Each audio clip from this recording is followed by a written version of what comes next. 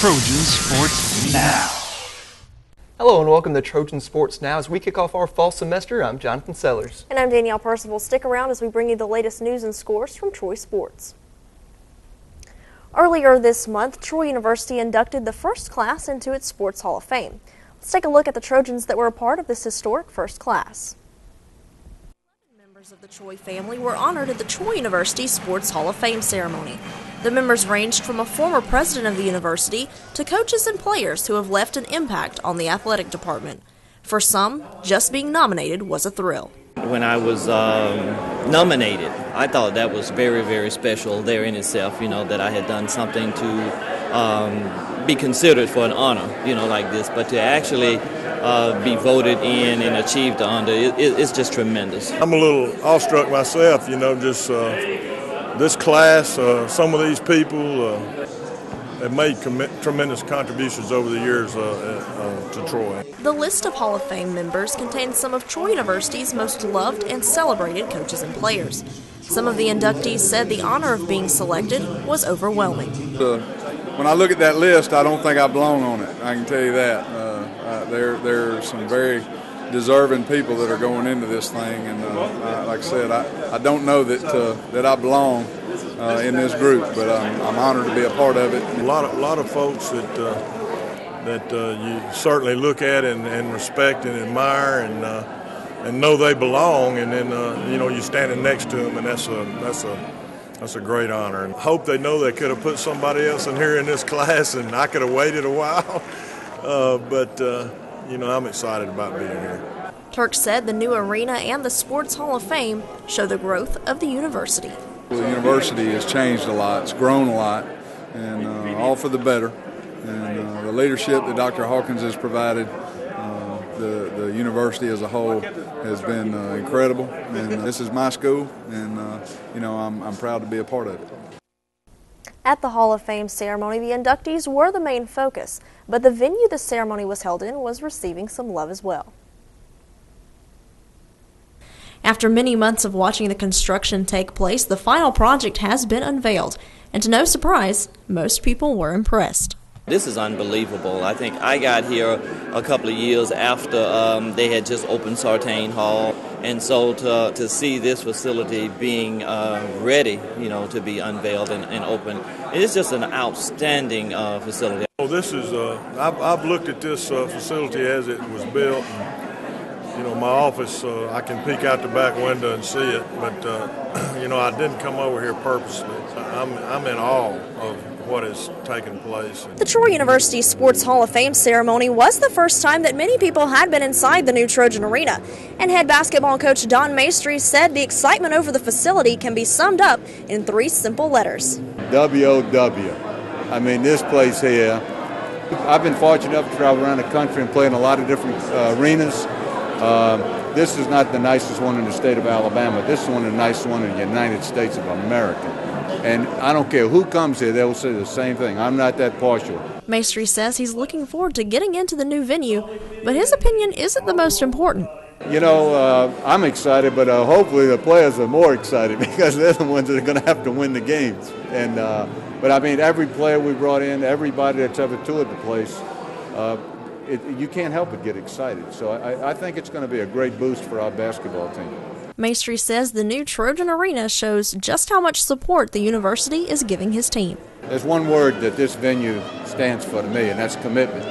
They've made a commitment to make sure we're going in the right direction for the future, and I don't think there's any question in my mind that Troy State Athletics is definitely going to be going in the right direction. The new Trojan Arena will house the Sports Hall of Fame as well as the Trojan basketball teams. The soccer team took a 2-1 record with them to the South Carolina over the weekend, and it was a low-scoring affair for the Trojans in the Palmetto State. The team split its matches in South Carolina, but did start the trip off on a good note. After going into the half against Wofford with no score, the Trojans' Jane Lateef scored the only goal of the game in the 49th minute to put the Trojans up 1-0, which would be the final score. The Trojans managed just one shot on goal while holding the Terriers to 2. On to Sunday, again it was a 1-0 final, but this time the Trojans were on the losing end. Troy fell to Furman 1-0 despite playing well enough to keep the game scoreless until the 85th minute. The Paladins' Stephanie DeVita scored the lone goal of the match. Goalie Maddie Winter had 11 saves for the Trojans. Furman outshot the Trojans 13-1. Head coach Chris Bentley says he saw some good things from his team over the weekend. Really just didn't compete as well as we probably needed to. It was after we've had a long week, so legs weren't quite where we needed them to, but we certainly found a way. On Sunday, we did much of the same, but unfortunately we were just on the wrong end of it. We lost 1-0 to Furman. They were a very good team, found a way to kind of keep the ball around us, and we did a good job of keeping them around us, but unfortunately they're just able to put it away in the last 10 minutes or so of the game. While the soccer team has been in action for over a week now, the volleyball team was just getting their season started last weekend. However, it wasn't the start they were hoping to have. Things were less than hospitable for the Trojans as they dropped 3 straight at the Benson Hospitality Bulldog Invitational. Georgia State toppled the Trojans in straight sets in their first match of the season. Brianna Cullity led the Trojans with a team-high 10 kills and only 4 errors, but the Panthers left the court with the victory.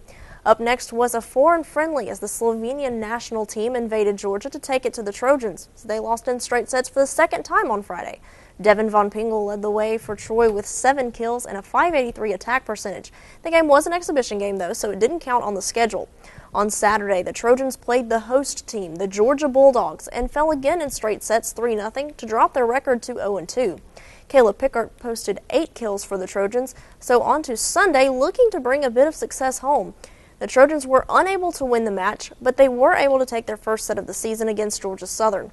Troy would eventually fall to the Panthers 3-1 to end their first tournament of the season. Head coach Sonny Kirkpatrick knows his team needs to perform better. Really, I was disappointed. Georgia was better than us. They were really, really good. They've improved a lot since last year. They brought in a lot of new players. I thought we really started to compete against them in that match. It was a great crowd, over 1,000 people there, and it gave our girls kind of an appreciation of what we need to look for and where we want to go. Due to scheduling conflicts, the only match the Trojans had during the week was postponed. The Trojans were scheduled to play against the Auburn Tigers in their home opener on Tuesday night, but that game has been pushed back to next week, and we'll have more details on that later in the show. While the Trojan baseball season ended in May, summer leagues around the country saw top college baseball players take the field for a little extra time on the diamond. For one Trojan, that time proved to be valuable. Third baseman Danny Collins continued his strong spring right into the summer months. Collins played for the Laconia Muskrats in the New England Collegiate Baseball League, where he won the league MVP and broke 4 single-season records. Those records were for home runs with 19, slugging percentage at .818, extra base hits with 29, and total bases at 130. He also represented the Muskrats in the League All-Star Game and won the NECBL Home Run Derby. The Trojans softball team now has a new addition to the family. Head coach Melanie Davis announced this week the hiring of Beth Wade as an assistant coach serving as the hitting coach. She'll also assist with the infield and recruiting. Wade comes from Lynn University in Boca Raton, Florida, and graduated from Florida State. She played for the Seminoles from 2000 to 2004 and made the All-ACC team in her final season. She also had the opportunity to compete in the Women's College World Series, and it'd be nice to get her back as a coach, right? While she was at FSU, the Seminoles won 3 ACC championships, made 2 appearances in the NCAA Women's College World Series. Those appearances were in 2002 and 2004. Well, still to come on Trojan Sports Now, we'll have a look ahead at the Trojan football team's first game coming up this weekend in Birmingham. But first, I had the chance to sit down with one of the new inductees into the Hall of Fame, as well as one of 2 active coaches to have a playing service named in his honor. I'm sure you can figure out who, but stick around for more Trojan Sports Now.